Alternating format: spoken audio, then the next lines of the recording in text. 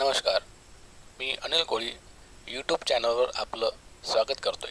एक नवा व्हिडिओ घेऊन ज्याचं नाव आहे प्राचीन भारतातील वैदिक संस्कृती भाग 1. सर्व स्पर्धा परीक्षांसाठी हा व्हिडिओ अत्यंत महत्त्वपूर्ण आहे. व्हिडिओच्या शेवटी भाग 2 मध्ये क्वेश्चन आन्सर टेस्ट मी लावली आहे. ती अत्यंत महत्त्वाची आहे. त्यामध्ये अशा प्रश्नांचा समावेश केला आहे की जे विविध स्पर्धा परीक्षांमध्ये नेहमी विचारले जातात आणि रिपीट होतात. तर चला वेळ न दवडता व्हिडिओला सुरुवात करूया. मित्रांनो, सिंधू संस्कृतीच्या पतनानंतर भारतात सर्वात प्रथम इराणी लोकांनी प्रवेश केला आणि त्यांना आपण आर्य म्हणतो. या आर्यांनी भारतामध्ये असलेले जे मूळ रहिवासी होते द्रविड यांना युद्धामध्ये पराजित केलं आणि आपलं वर्चस्व प्रस्थापित केलं. मग या आर्यांद्वारे स्थापित झालेली जी संस्कृती आहेत त्याला आपण वैदिक संस्कृती म्हणतो.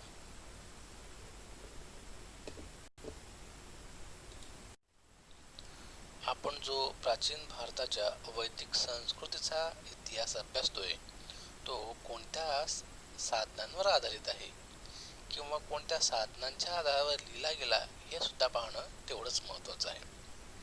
तर मग वैदिक संस्कृतीचा अभ्यास करण्यासाठी कोणकोणती साधने आहेत ते आपण बघूया. पहिलं आहे पुरातात्विक साधने. या पुरातात्विक साधनामध्ये कोणत्या गोष्टी आहेत ते बघूया. यामध्ये इसवी सन पूर्व 16व्या शतकामधलं कसाईत नावाची जी जात आहे इराकमधली यांची वैदिक आर्यांसोबत समानता दाखवली आहे. बरं, मी समानता कशाच्या बाबतीत आहे ते बघूया. तर ही समानता वैदिक काळातले जे राजे आहेत त्यांची नावं आणि वैदिक देवता यांची नावं हे सारखी आहेत. याच्यासाठी याचा उल्लेख आहे की या जमातीने कोणत्या कसाईत नावाच्या बॉबिलॉनवर विजय मिळवला होता आणि आपलं शासन प्रस्थापित केलं होतं. यांच्या अभिलेखामध्ये ज्या राजांची नावं जी उल्लेखित आहेत, लिहिलेली आहेत, त्यांची नावं आपल्या आर्य राजांच्या नावांसारखी दिसतात आणि तसंच त्यांची देवतांची नावं सुद्धा आर्यांच्या देवतांच्या नावासारखी दिसतात. हे साम्य या ठिकाणी आपल्याला दिसतं. म्हणजे हा एक पुरावा आपल्याला सांगता येतो. बघा, दुसरा काही अजून पुरावा आहे का? तो आहे पुरातात्विक साधनांचाच पुरावा आहे. तो असा की इसवी सन पूर्व 14व्या शतकामध्ये एशिया मायनरमधील एका बोगासकोई या अभिलेखात 2 जमाती आहेत, मित्तानी आणि हित्ताईत यांनी साम्राज्य स्थापन केलं. त्याचा उल्लेख त्या अभिलेखामध्ये आहे. तसंच इसवी सन पूर्व 1380 मध्ये या 2 जमातींनी जो तह केला होता त्याचा सुद्धा उल्लेख आहे. मग या तहामध्ये नेमकं काय आहे ते बघूया.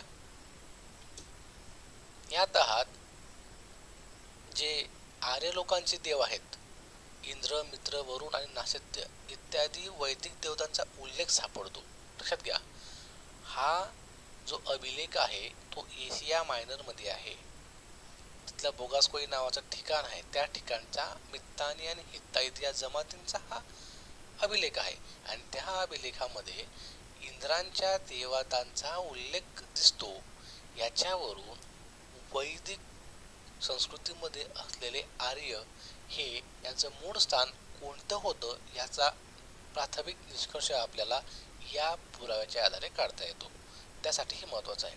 आणि महत्त्वाचं दुसरं कारण असं की हा मुद्दा सांगण्याचा महत्त्वाचं कारण की याच्यावर आधारित प्रश्न विविध स्पर्धा परीक्षा असतात त्यांच्यामध्ये विचारला गेलेला असतो. विशेष करून या ज्या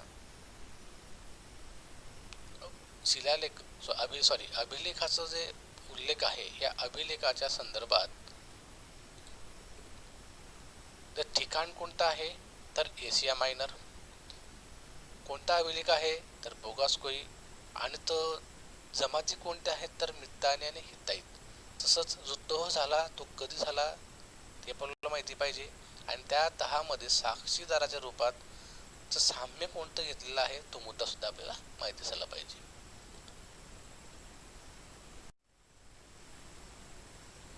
मागील दोन जे आपण पुरावे पाहिले किंवा स्रोत पाहिले, साधन पाहिले, याच्यावरून आपल्याला असं वाटतं की आर्य हे इसवी सन पूर्व 16वे शतक आणि इसवी सन पूर्व 15वे शतक या काळात त्यांचं जे ठिकाण आहे वास्तव्याचं ते पश्चिम आशिया आणि आशिया मायनर या ठिकाणी निवास करत असावे, म्हणजे राहत असावे, असा प्राथमिक अंदाज आपले इतिहासकार काढतात. आता आर्यांच्या मूळ निवासासंबंधी आपण माहिती बघूया. लक्षात घ्या, जगातील प्रत्येक देश हा आर्यांचे मूळ ठिकाण असण्याबाबत सिद्धांत मांडतो आणि आपल्याच देशातील ते कसे मूळ रहिवासी होते हे सांगण्याचा प्रयत्न करतो. याच्यावरून आर्यांची महानता आपल्याला दिसून येते. आता दोन पुराव्यांच्या आधारे आपण त्याचं ठिकाण तर कळलं, परंतु इतर जे घटक आहेत जसं भाषा, शरीरयष्टी, त्यांचा पशु व्यवसाय, त्या पशु व्यवसायासंबंधित लागणाऱ्या ज्या गोष्टी, या अनुषंगाने अनेक इतिहासकार आणि संशोधकांनी वेगवेगळे निष्कर्ष मांडले आहेत. कशा संदर्भात? तर आर्यांचं मूळ निवासस्थान कोणतं होतं या संदर्भात. म्हणजे कोणकोणते आहेत निष्कर्ष किंवा कोणकोणते सिद्धांत आहेत ते आपण बघूया. आर्यांच्या मूळ निवासासंबंधी सिद्धांत आणि त्याचे प्रतिपादक, म्हणजे कोणी काय सिद्धांत मांडलाय तो फक्त लक्षात ठेवूया. अभ्यासाच्या दृष्टीने जोड्या लावा किंवा विधानं बरोबर की चूक सांगा यासारखे प्रश्न जर आले तर त्यासाठी आपल्याला माहिती असावं. बघा, सप्त सिंधू प्रदेश हा आर्यांचं मूळ निवासस्थान होतं. याचं प्रतिपादक आहेत अविनाश दास आणि डॉक्टर संपूर्णानंद. हे भारत हेच आर्यांचं निवासस्थान मानतात, परंतु आपल्या सिंधू संस्कृतीतल्या द्रविड लोकांवर विजय मिळवून त्यांनी आपली सत्ता प्रस्थापित केली. या गोष्टीपुढे ह्या सिद्धांताला थोडासा विरोध होतो किंवा खंडन होतं. दुसरा सिद्धांत आहे ब्रह्मर्षी देश, म्हणजे सरस्वती नदीचा प्रदेश. हे जे मांडलं आहे ते गंगानाथ झा यांनी मांडलं आहे. तिसरा सिद्धांत आहे मध्य प्रदेश, राजबली पांडे. फक्त आपण आता ते निवासस्थान कोणतं आणि त्याचे प्रतिपादक कोण आहेत हेच बघूया. काश्मीर, एल टी कल्ला यांनी. नंतर डी एस त्रिवेदी म्हणतात की त्यांचं मूळ निवासस्थान मुलतान होतं. प्राध्यापक गाईल्स हे डॅन्यूब नदीचे खोरं हे आर्यांचं मूळ निवासस्थान होतं सांगतात. बघा, नेहरिंग, ब्रेस्टिन आणि प्राध्यापक मायस तसेच प्रोफेसर चाइल्ड यांनी दक्षिण रशिया हे वैदिक आर्यांचं मूळ निवासस्थान होतं असं म्हटलं आहे, पशुपालन आणि कृषी यांचा आधार घेऊन. मध्य आशिया हे आर्यांचं मूळ निवासस्थान असावं असं जर्मनीचे प्रसिद्ध इतिहासकार मॅक्स मुलर यांनी असे सिद्धांत मांडलाय. याच्यावर प्रश्न बनतो, कोणी मांडलाय? तर इतिहासकार आपले मॅक्स मुलर यांनी. सर विलियम जोन्स यांचं म्हणणं आहे की आर्यांचं मूळ निवासस्थान युरोपामध्ये होतं. हा सिद्धांत त्यांनी मांडलाय. आता इतर मतं बघूया आपण. उत्तर ध्रुव हे आर्यांचं मूळ निवासस्थान होतं असं, म्हणजे प्रसिद्ध असं आपल्याला बऱ्याच ठिकाणी प्रश्न विचारला जातो. आर्टिक होमिन वेदाजमध्ये लोकमान्य टिळकांनी याचा उल्लेख केला आहे. लोकमान्य बाळ गंगाधर टिळक यांच्यामध्ये आर्यांचं जे मूळ निवासस्थान आहे ते उत्तर ध्रुव होतं. डी एन सरस्वती म्हणतात की त्यांचं निवासस्थान हे तिबेटमध्ये होतं. पेंकांचं म्हणणं आहे जर्मनी. आता बघा, या ठिकाणी प्रत्येक देशाने आर्यांचं मूळ निवासस्थान आमचाच देश आहे असं सांगण्याचा प्रयत्न केला. याच्यावरून आपल्याला आर्यांची महत्ता दिसते. या इतिहासकार आणि संशोधकांमध्ये विविध मतांतरे जरी असले तरी मध्य आशिया हा जो सिद्धांत मांडला आहे जर्मनीचे प्रसिद्ध इतिहासकार मॅक्स मुलर यांचा तो सिद्धांत सर्वमान्य झाला आहे. मग आता आर्यांचं मूळ ठिकाण कोणतं म्हटलं तर आपल्याला सांगता येईल मध्य आशिया, आणि तो प्रतिपादक आहेत मॅक्स मुलर. आता आपण वैदिक संस्कृतीचा कालखंड बघू. तदनंतर दुसरे कोणते अजून साहित्य आहेत वैदिक संस्कृतीचा अभ्यास करण्यासाठी महत्त्वाचे आहेत ते बघूया. बघा, सामान्यतः वैदिक युगाचा जो कालखंड आहे तो इसवी सन पूर्व 1500 ते इसवी पूर्व 600 यामधला काळ मानला जातो. आता आपण साधने बघूया. आता साधने बघण्याच्या आधी वैदिक युगाचे दोन भाग केलेत. अभ्यासाच्या दृष्टिकोनातून सोपं जावं म्हणून वैदिक युगाचे दोन भाग आहेत. ते कोणते आहेत दोन भाग?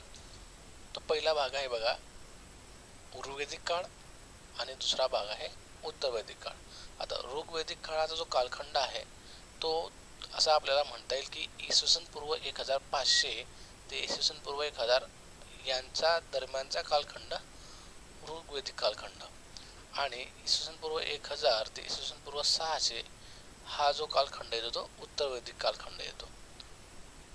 तर आर्यांची जी पद्धती होती किंवा आपण जे म्हणतो नीतिनियम होते ते ऋग्वेदिक काळात पाहिलं तर चांगलं दिसतात, परंतु उत्तर वैदिक काळामध्ये मात्र त्यांनी स्थापन केलेल्या गोष्टींमध्ये अनेक अनिष्ट चाली रीती परंपरा रूढीरिवाज यांचा कालखंड म्हणजे स्त्रियांच्या दृष्टिकोनातून किंवा जाती व्यवस्थाच्या संदर्भातून हा कालखंड वाईट मानला जातो. म्हणजे उत्तर वैदिक काळामध्ये बरेच बदल आपल्याला दिसून येतात. त्या अनुषंगाने त्या गोष्टी किंवा या काळातील आर्यांच्या सामाजिक सांस्कृतिक राजकीय सगळ्या घडामोडी आपल्याला पाहिजे. त्याच्या आधी आपण आता एक आपलं साधन बाकी आहे, स्रोत बाकी आहेत ते बघूया. आता आर्यांच्या माहितीसाठी आपल्याला दोन प्रकारची साधने उपलब्ध आहेत. त्यातलं पहिलं आपण अभ्यासलं ते कोणतं? पुरातात्विक, ते आपण अभ्यासलं. आता साहित्यिक कोणते आहेत ते आपण बघूया. साहित्यिक साधनांमध्ये आपल्याला वेद सांगता येतात, ब्राह्मण, आरण्यक आणि उपनिषद, तसेच पुराण, महाकाव्य इत्यादी साहित्य आपल्याला साहित्यिक स्रोतामध्ये आपल्याला अवेलेबल आहेत. आता याची थोडीशी एक ओव्हरलुक आपण करून घेऊया. वैदिक संस्कृतीचा अभ्यास करण्यासाठी साहित्यिक स्रोतांमध्ये पहिले आपल्याला वेदांचं, चला बघूया वेद. वैदिक साहित्याची भाषा संस्कृत आहे, म्हणजे जेवढे जेवढे वेद आहेत त्यांची भाषा संस्कृत आहेत आणि ते 4 वेद आहेत, त्यांची संख्या 4 आहे. ते 4 कोणकोणते आहेत वेद ते बघूया. ऋग्वेद, सामवेद, यजुर्वेद आणि अथर्ववेद. लक्षात घ्या भाषा संस्कृत आहेत, संख्या 4 आहे आणि ते कोणतीच आपल्याला माहिती आहे ऋग्वेद, सामवेद, यजुर्वेद आणि अथर्ववेद. आता ऋग्वेद हा या 4 वेदांमधला मूळ ग्रंथ मानला जातो. तो काव्य रूपात आहे, तो पद्यांमध्ये आहे. प्रत्येक वेदाचा ग्रंथ त्याला आपण संहिता म्हणतो आणि त्या संहितेसंबंधी ब्राह्मणक आहेत, आरण्यक आहेत आणि उपनिषद आहेत. आता बघूया या वेदांकडे. पहिला आहे ऋग्वेद. त्या 4 वेदांपैकी पहिला ऋग्वेद. ऋग्वेद म्हणजे काय? तर ऋचांनी बनलेला वेद म्हणजे ऋग्वेद. ऋचा म्हणजे काय? तर स्तुती करण्यासाठी, देव लोकांची स्तुती करण्यासाठी जे रचलेलं पद्य असतं त्यांना आपण ऋचा म्हणतो. आणि असा ऋचांचा मिळून एक सूक्त होतो. अशा सूक्तांची आणि मंडळांची या ऋग्वेदामध्ये समावेश आहे. म्हणजे या वेदांमध्ये विविध देवतांची स्तुती करणारी अनेक सूक्त आहेत. सूक्त म्हणजे काय आपण पाहिलं, ऋचांचा समूह. आणि ऋचा म्हणजे काय? तर देवांची स्तुती करण्यासाठी रचलेलं पद्य. तर ऋग्वेदामध्ये जवळजवळ 10 मंडळं आणि 1017 सूक्त आहेत. काही संदर्भ ग्रंथामध्ये याची संख्या 1018 दिलेली आहे. 1017 किंवा 1018 हे सूक्त या ठिकाणी आपल्याला ऋग्वेदामध्ये दिसतात.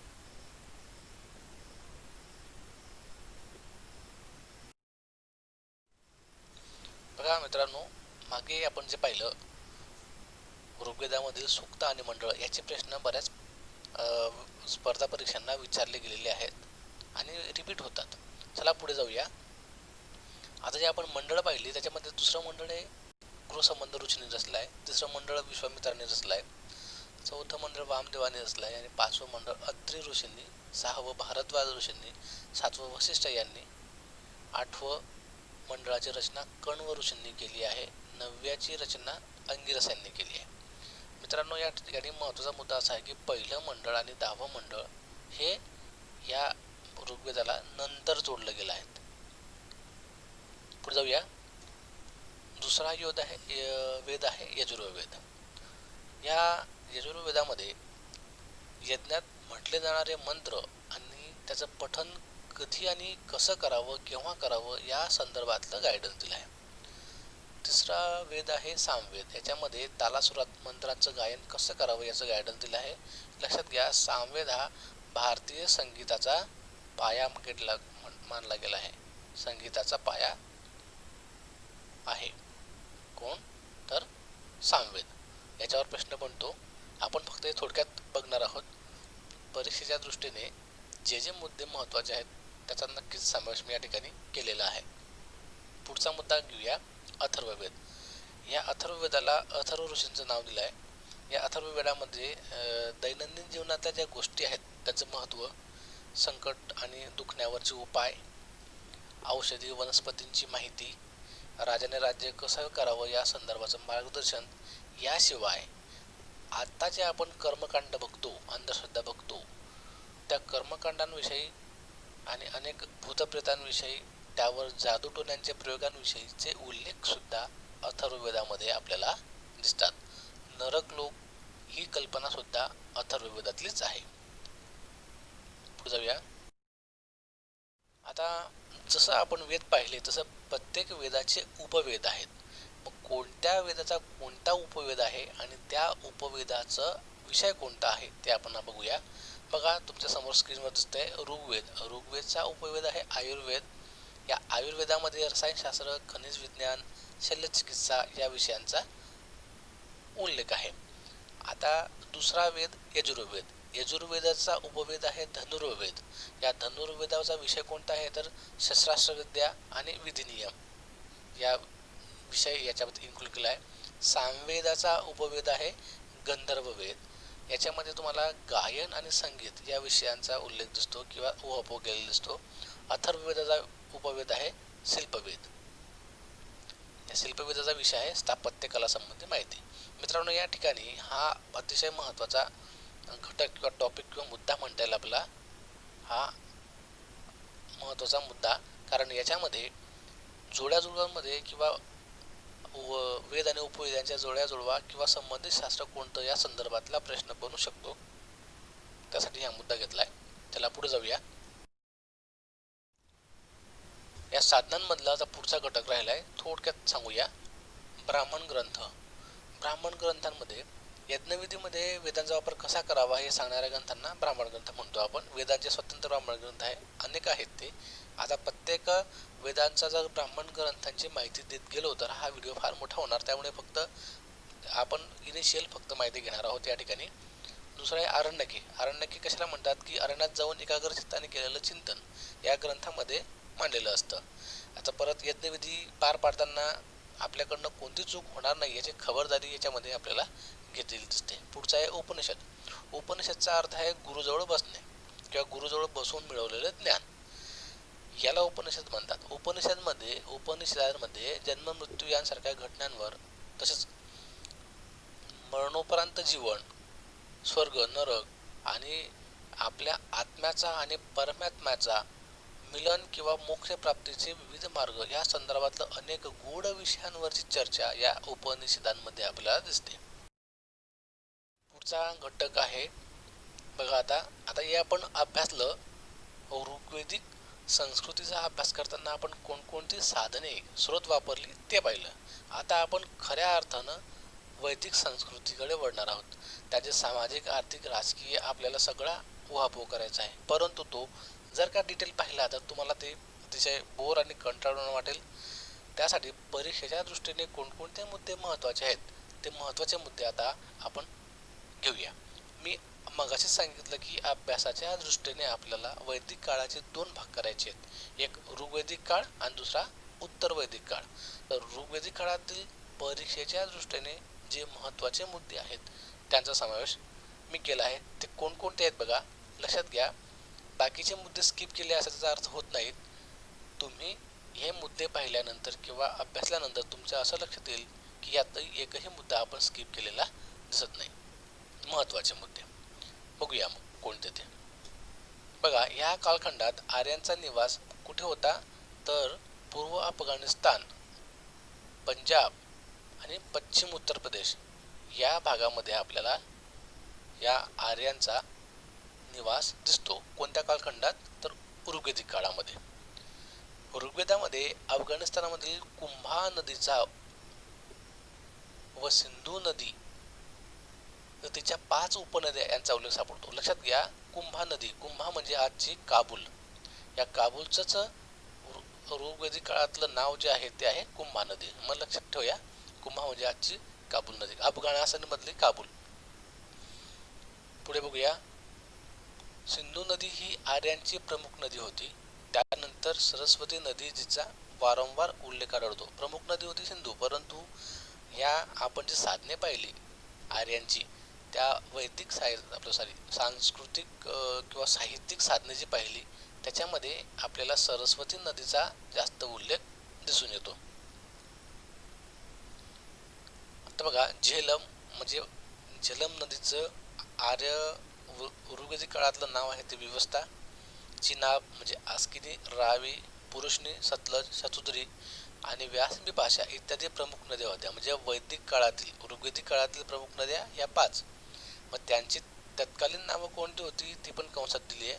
मित्रांनो, याच्यावरचा प्रश्न MPSCच्या राज्यसेवेला येऊन गेलेला आहे, परतही होऊ शकतो, रिपीट होऊ शकतो, जोड्यांमध्ये हा प्रश्न येऊ शकतो. पुढे जाऊया, पुढचे मुद्दे आपण बघूया. ऋग्वेदिक काळात रावी नदीच्या म्हणजे पुरुषनी, आता रावी नदीचं नाव त्या काळातलं पुरुषनी नदी या काठावर भरत वंशाचा राजा सुदास आणि इतर 10 जणांचे प्रमुख जण, म्हणजे त्या ठिकाणी एक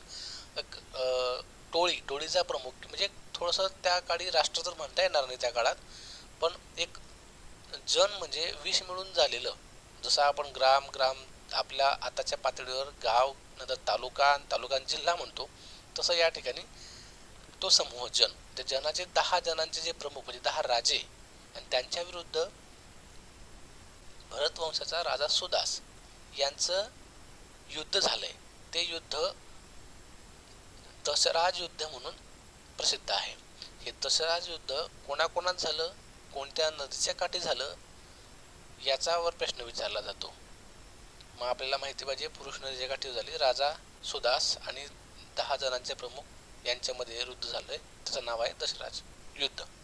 या युद्धाचा परिणाम काय झाला तर राजा सुदास हा विजय झाला आणि तो भारताचा सम्राट बनला. लक्षात घ्या, भरत वंशाचा राजा असल्यामुळे अशी आख्यायिका आहे की त्याच्यामुळे आपल्या देशाचं नाव भारत पडलं असावं. आता या ठिकाणी एक गोष्ट सांगावीशी वाटते की राजा सुदास याचा जो मार्गदर्शक आहे तो गुरु बृहस्पती, आणि हे 10 जणांचे जे प्रमुख राजे होते 10, त्यांचं मार्गदर्शक होता शुक्राचार्य. बृहस्पती आणि शुक्राचार्य यांच्यामध्ये एक राजनैतिक पातळीवर झालेला युद्ध सांगता येतं. पुढे जाऊया, ऋग्वेदात राजासाठी सम्राट, बघा, राजन, जनस्या, गोप्ता काही ठिकाणी वेगळ्या अर्थाने सुद्धा वापरला जातो, इत्यादी शब्दांचा वापर केलेला दिसतो. तर सभा, समिती, गण आणि विदत,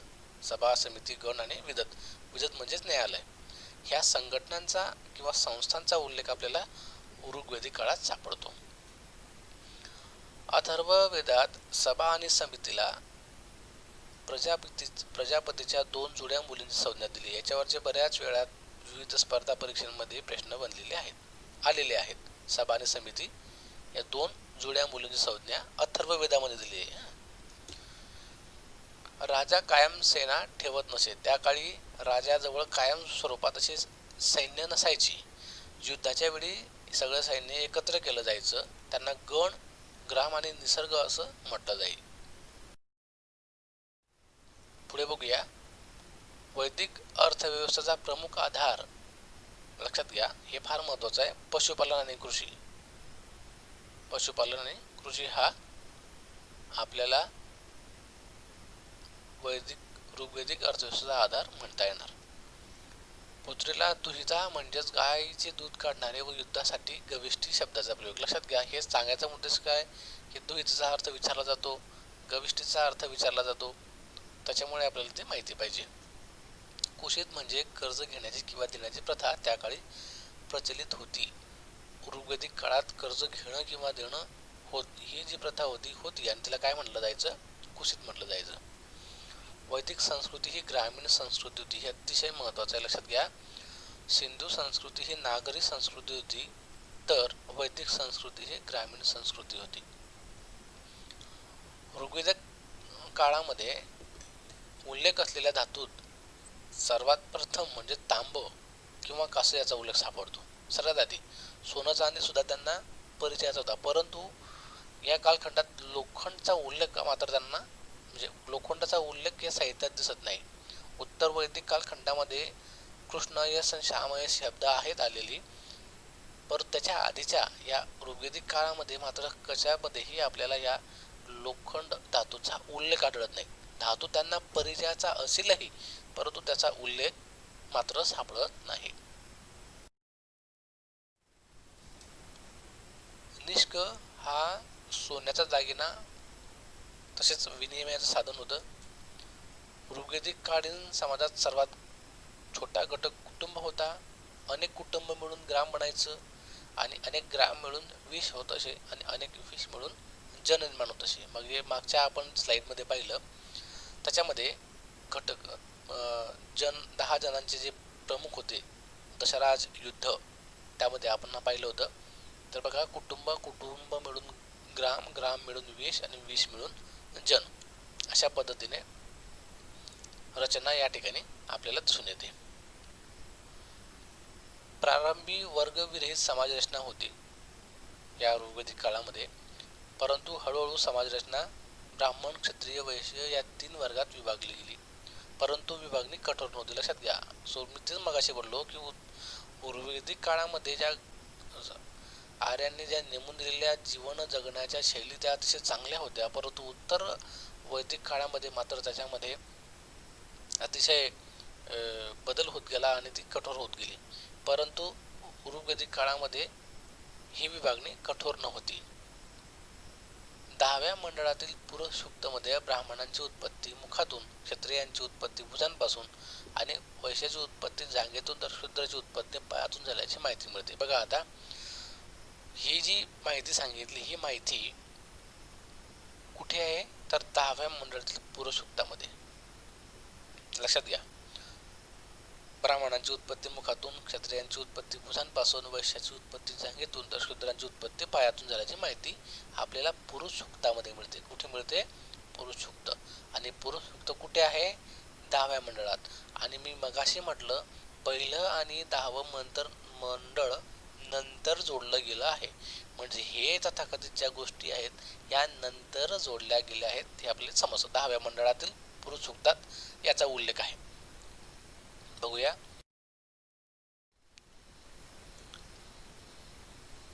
या कालखंडात अस्पृश्यता नव्हती.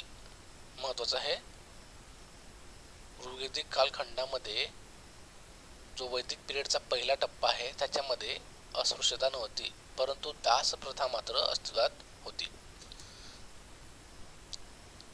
त्या काळातील लोक कोणते वस्त्र नेसायचे आणि त्यांची नावं काय होती ते आपण बघूया. वस्त्राचे 3 भाग होते. एक नेवी, दुसरं वास आणि तिसरं अधवास. नेवी म्हणजे काय तर कंबरेखालील घालण्यासाठी लागणारे वस्त्र, आणि वास म्हणजेच काय कंबरेवरील वस्त्र, आणि अधिवास म्हणजे काय तर वरून पांघरले जाणारे उपरणे किंवा ओढणे. याच्यावर सुद्धा प्रश्न बनू शकतो. पुढचं बघूया. देवतांचे वर्गीकरण 3 वर्गात केले आहेत. आता त्यांचे प्रमुख देव कोणकोणते तर इंद्र, अग्नी, वरुण यांना महत्व होते. इंद्र हा वीरता आणि शक्तीची देवता होती. राक्षस वृत्तचा वध म्हणजे वृत्त नावाचा राक्षसाचा वध करून जलाची मुक्ती त्यांनी केली आहे. पुरंदर, वज्र, बाहू इत्यादी नावाचे सुद्धा उल्लेख आपल्याला या ठिकाणी सापडतात. ऋग्वेदात इंद्राचा उल्लेख 250 वेळा, बहुतेक सेट नेटच्या ज्या परीक्षा असतात इतिहास विषयाच्या त्या संदर्भातला ह्या उल्लेख बऱ्याच ठिकाणी आलेला असतो. अग्नीचा 200 वेळा तर 300 वेळा उल्लेख सापडतो. वरुण देवाचा 300 वेळा आपल्याला उल्लेख सापडतो. वरुण देवता जलाची देवता आणि संरक्षक देवता, वनस्पती देवता असा उल्लेख आपल्याला या ठिकाणी सापडतो.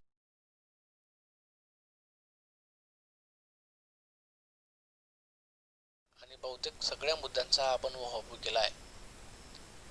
या संदर्भातल्या भाग 2 मध्ये आपण उत्तर वैदिक काळामधली माहिती घेणार आहोत, आणि त्याच्यानंतर मग 20+ प्रश्नांची मी टेस्ट लावलेली आहे, ती आपण नक्की बघावी.